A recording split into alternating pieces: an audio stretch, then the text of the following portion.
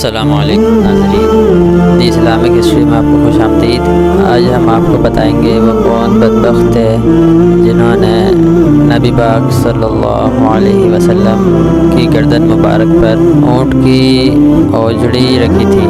مکہ مکرمہ میں شروع اسلام کے زمانے میں رسول اللہ صلی اللہ علیہ وسلم نماز پڑھ رہے تھے، سجدے کی حالت میں تھے اور قریب ہی قریش کے کچھ لوگ بیٹھے ہوئے تھے۔ پھر عقبہ بن نبی معیط اونٹ کی اوجڑی لایا اور نبی پاک صلی اللہ علیہ وسلم کی گردن مبارک پر اسے ڈال دیا، جس کی وجہ سے نبی پاک صلی اللہ علیہ وسلم اپنا سر مبارک نہ اٹھا سکے۔ آخر کار حضرت فاطمہ رضی اللہ تعالی عنہ آئی اور آپ صلی اللہ علیہ وسلم کی پیٹھ مبارک سے اس اوجڑی کو ہٹایا اور جس نے یہ حرکت کی تھی اسے برا بھلا کہا۔ نبی پاک صلی اللہ علیہ وسلم نے بھی بددعا کی کہ اللہ قریش کی اس جماعت کو پکڑ لے۔ ہوا کچھ یوں تھا، جب نبی پاک صلی اللہ علیہ وسلم مکہ مکرمہ میں نماز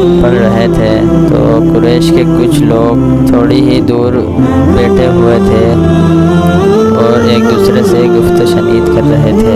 اسی دوران ایک شخص نے دوسرے سے کہا کہ تم میں سے کوئی شخص ہے جو قبیلے کی جو اونٹنی ذبح ہوئی ہے اس کی اوجڑی اٹھا لائے اور لا کر نبی پاک صلی اللہ علیہ وسلم کہ جب وہ سجدے میں جائیں تو ان کی پیٹھ پر رکھ دے۔ یہ سن کر ان میں سے ایک سب سے زیادہ بدبخت آدمی اوجڑی لے کر آیا اور دیکھتا رہا۔ جب آپ صلی اللہ علیہ وسلم نے سجدہ کیا تو اس نے اس اوجڑی کو آپ صلی اللہ علیہ وسلم کے دونوں کندھوں کے درمیان رکھ دیا۔ تو یہ وہ بدبخت لوگ تھے جنہوں نے نبی پاک صلی اللہ علیہ وسلم کی گردن مبارک پیٹھ مبارک پر اوجڑی رکھی۔ تو آپ کو پتہ چل گیا کون ایسا بدبخت شخص تھا جس نے نبی پاک صلی اللہ علیہ وسلم کی پیٹھ مبارک پر اوجڑی رکھی، جس کا نام عقبہ بن نبی معیط تھا۔ یہ حدیث بخاری شریف میں ہے 240، اس کا نمبر ہے۔ شکریہ۔ کیا آپ کو پتہ ہے نبی پاک صلی اللہ علیہ وسلم نے اپنی بیٹی فاطمہ کو بھی جنت کی گارنٹی نہیں دی ہے؟ حضرت عائشہ رضی اللہ تعالی عنہ سے روایت ہے کہ جب قرآن کی آیت نازل ہوئی اور اپنے قریبی رشتہ داروں کو ڈرائیے، یعنی یہ قرآن کی آیت کا مفہوم ہے۔ جب یہ آیت نازل ہوئی تو رسول اللہ صلی اللہ علیہ وسلم نے صفا پہاڑ پر کھڑے ہو کر فرمایا کہ اے محمد کی بیٹی فاطمہ، اے عبد المطلب کی بیٹی صفیہ، اے عبد المطلب کی اولاد، یعنی اپنے پوری فیملی پورے خاندان سے مخاطب ہو کر فرمایا کہ میں اللہ تعالیٰ کی طرف سے تمہارے لیے کسی چیز کا اختیار نہیں رکھتا۔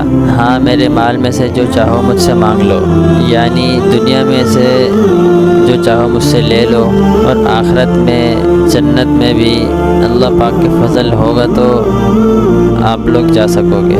یعنی دنیا کے مال میں سے جو مجھ سے چاہے لے لو، اور آخرت کی گارنٹی میں تمہیں نہیں دے سکتا۔ یعنی نبی پاک صلی اللہ علیہ وسلم نے اپنی بیٹی کو بھی جنت کی گارنٹی نہیں دی ہے۔ یہ حدیث صحیح مسلم میں ہے، جس کا مفہوم میں نے آپ کو بتایا 503۔ شکریہ۔ نبی پاک کی حدیث کا مفہوم ہے قیامت کے دن ہر وہ شخص اپنا بدلہ لے گا جس کے ساتھ دنیا میں ظلم ہوا ہوگا۔ عبداللہ بن عباس رضی اللہ تعالی عنہ فرماتے ہیں نبی کریم صلی اللہ علیہ وسلم نے فرمایا قیامت کے دن مقتول قاتل کو ساتھ لے کر آ جائے گا اور اس کی پیشانی اور سر مقتول کے ہاتھ میں ہوں گے، مقتول کی رگوں سے خون بہہ رہا ہوگا، اور پھر مقتول اللہ پاک کو پکارے گا کہ اے میرے رب، اس نے مجھے قتل کیا تھا۔ یہ کہتے ہوئے عرش کے قریب جا پہنچے گا، یعنی عرش کے قریب تر پہنچ جائے گا۔ راوی کہتے ہیں لوگوں نے پھر ابن عباس رضی اللہ تعالی عنہ سے توبہ کا ذکر کیا کہ اگر وہ توبہ کر لے گا تب بھی اس کا گناہ معاف نہیں ہوگا۔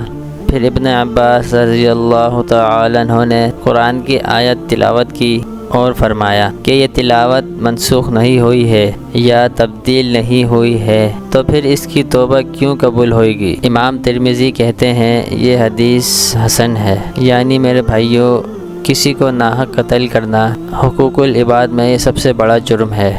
یہ حدیث ترمذی شریف کی ہے 3029، جس کا مفہوم میں نے آپ کو بتایا۔